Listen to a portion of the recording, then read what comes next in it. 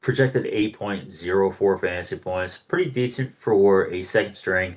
Now, again, last week I think we discussed that this might be the best handcuff for Kyron Williams if Kyron decides to miss any type of time. I don't believe that that is a factor going forward. I think he will be stealing time from Kyron even if he is healthy. So projection was 8 points. His actual was 26.1. Went 12 carries on the ground for 128 yards and two touchdowns, averaging about 10.6 yards per carry. This is something kind of highlight on this past week. He had 31% snap share. The week before, which he also dominated for 7 rushes and 81 yards and a touchdown, which he averaged almost 12 yards a carry. This is back-to-back weeks of absolute dominance out of a mean running back.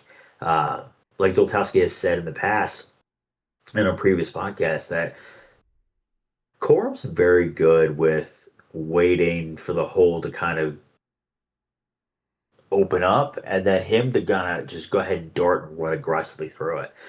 We saw it last week. We saw it the week before.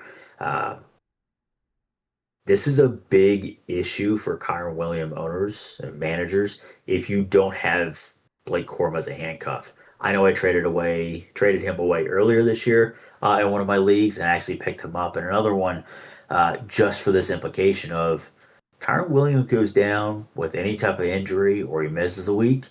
This is something that we kind of look for, and Nut has talked about this in previous podcasts too. Of this is a great situation where if your team is capped out at 110 points and you need that one player to kind of be your, he's going to give me 8 points at least, but he could give me 26. There's not much a lower risk on it. There's a very high reward, that high boom factor.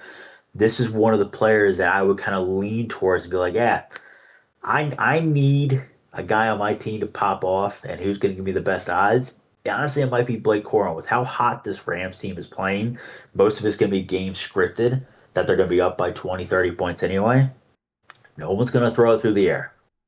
They're going to preserve people. And guess what? Blake Corum's going to get all of the carries, especially if they decide to start resting their starters. So just to kind of keep something aware as we approach, if we aren't already in the playoff picture, if you need that boom or bust guy and you need points and want to take a gamble, a big gambler, Blake Corum might be the guy. But for this week, he is my hero at least.